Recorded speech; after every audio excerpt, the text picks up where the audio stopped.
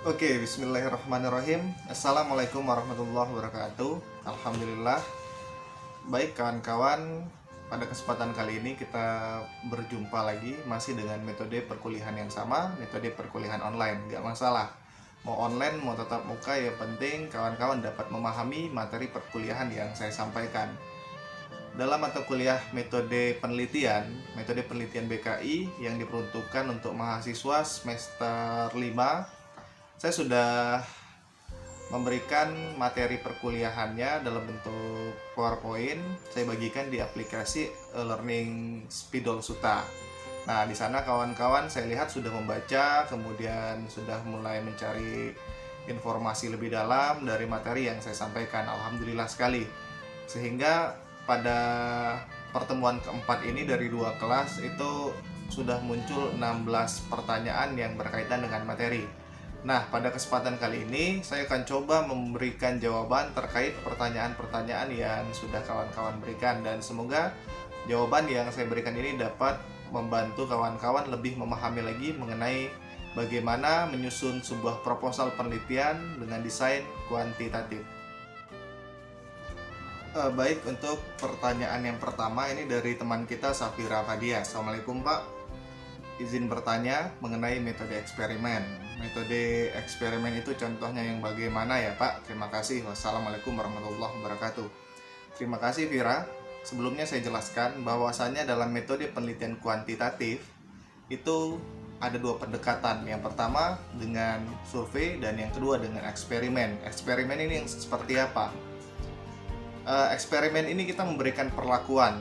Kita tidak hanya mengukur apakah ada pengaruh antara variabel A dan variabel B, tapi kita memberikan perlakuan. Nah, perlakuan inilah yang disebut dengan eksperimen.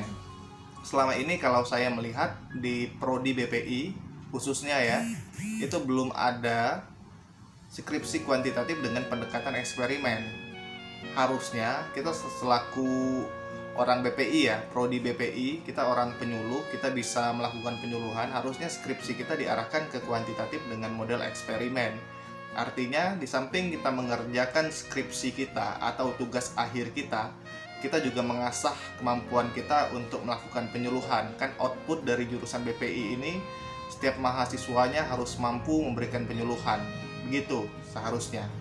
Jadi ya saya harap nanti kedepannya banyak kawan-kawan yang ketika berada di semester akhir itu memilih kuantitatif sebagai metode penelitian yang akan digunakan, dan pendekatannya menggunakan eksperimen. Jangan hanya terbatas pada penelitian survei.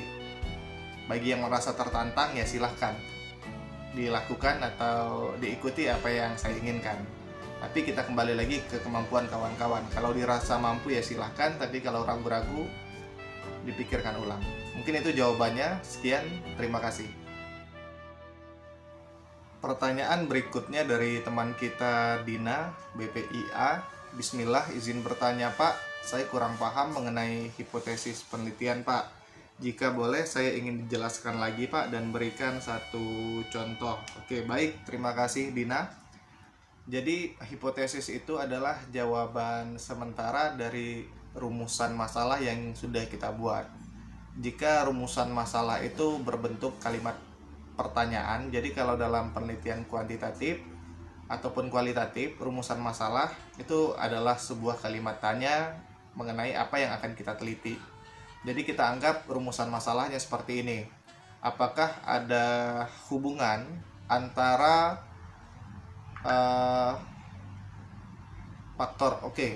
apakah ada hubungan antara faktor ekonomi dengan prestasi belajar mahasiswa semester 1 Prodi Bimbingan Penyuluhan Islam Fakultas Dakwah UIN STS Jambi? Itu rumusan masalahnya. Kita mau melihat apakah ada hubungan atau tidak antara tingkat ekonomi dengan motivasi belajar. Jadi hipotesisnya adalah ada hubungan yang signifikan antara faktor ekonomi dengan motivasi belajar mahasiswa. Hipotesis yang satu lagi, tidak ada hubungan yang signifikan antara faktor ekonomi dengan motivasi belajar mahasiswa BPI.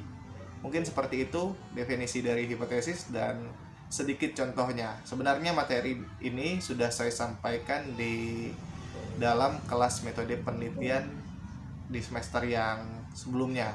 Mungkin bisa dilihat lagi catatannya. Saya rasa sudah lengkap semua kemarin. Terima kasih Dina atas pertanyaan. Semoga jawaban saya dapat membantu. Terima kasih.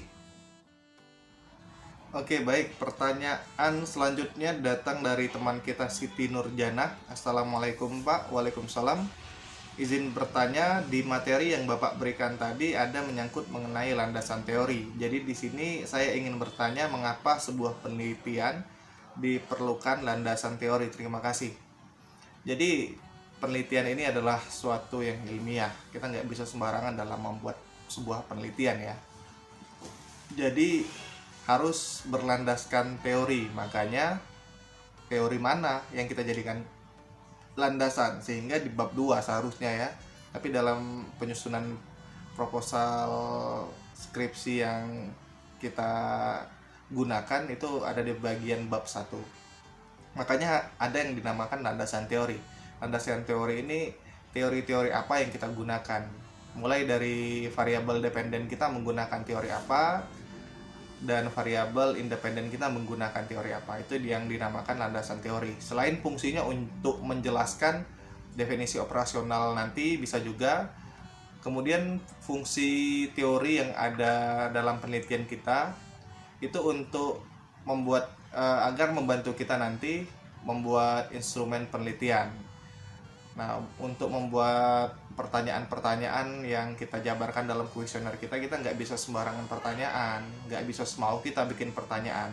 Jadi kita harus melihat terlebih dahulu dari teori yang sudah kita masukkan di bagian landasan teori. Itu salah satu fungsinya. Jadi seberapa penting sekali teori itu harus ada dalam sebuah penelitian. Gak bisa penelitian itu tanpa adanya teori, terutama penelitian kuantitatif. Saya rasa demikian untuk Nurjana. Jawabannya semoga membantu, dan nanti kedepannya banyak teori yang bisa dimasukkan dalam proposal yang Nurjana buat. Amin. Kita lanjut ke pertanyaan yang berikutnya.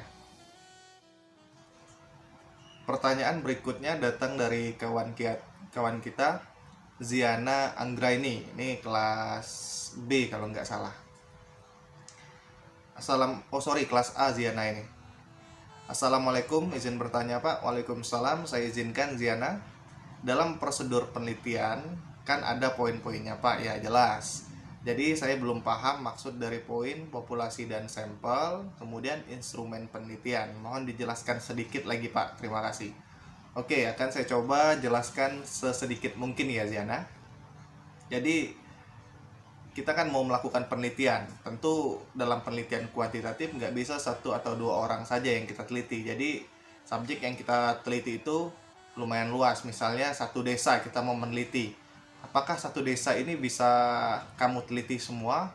Kalau kamu sanggup silahkan. Kalau ada 10.000 orang di satu desa, ya silahkan kamu teliti. Nah tapi kalau nggak sanggup ya ambil sebagian yang dirasa mewakili. Nah, keseluruhan dari jumlah penduduk desa yang 10.000 itu adalah populasi. Itu yang dinamakan populasi.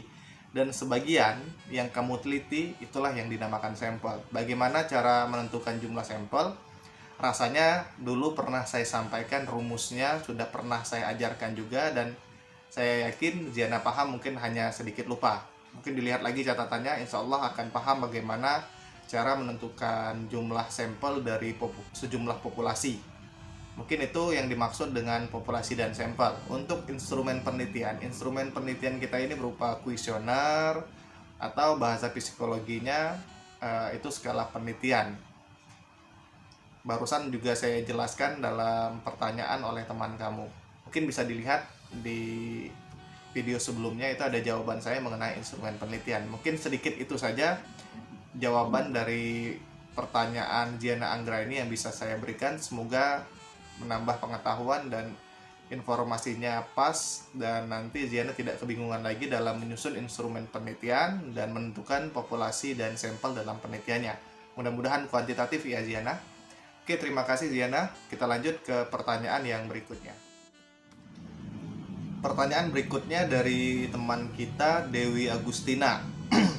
Assalamualaikum Pak, saya izin bertanya. Waalaikumsalam Dewi, saya izinkan.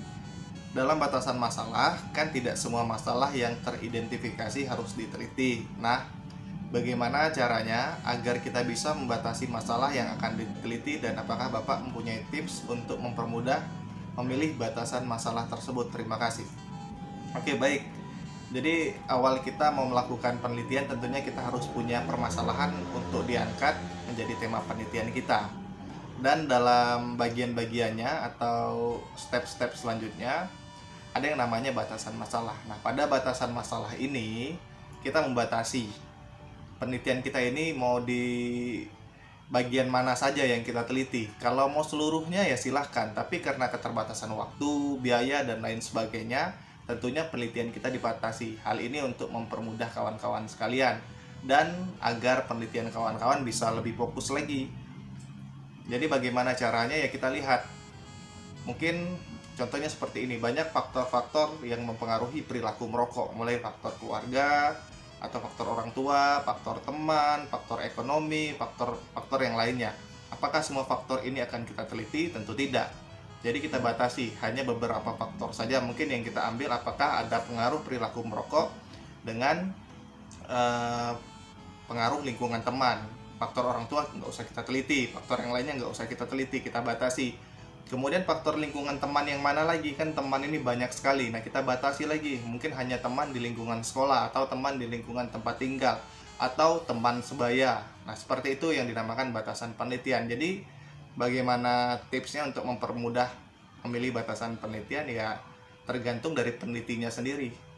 Mau membatasinya dalam batas yang mana untuk kita melaksanakan penelitian. Mungkin seperti itu jawaban dari pertanyaan Dewi Agustina, semoga membantu. Terima kasih Dewi atas pertanyaannya. Kita lanjut ke pertanyaan yang berikutnya.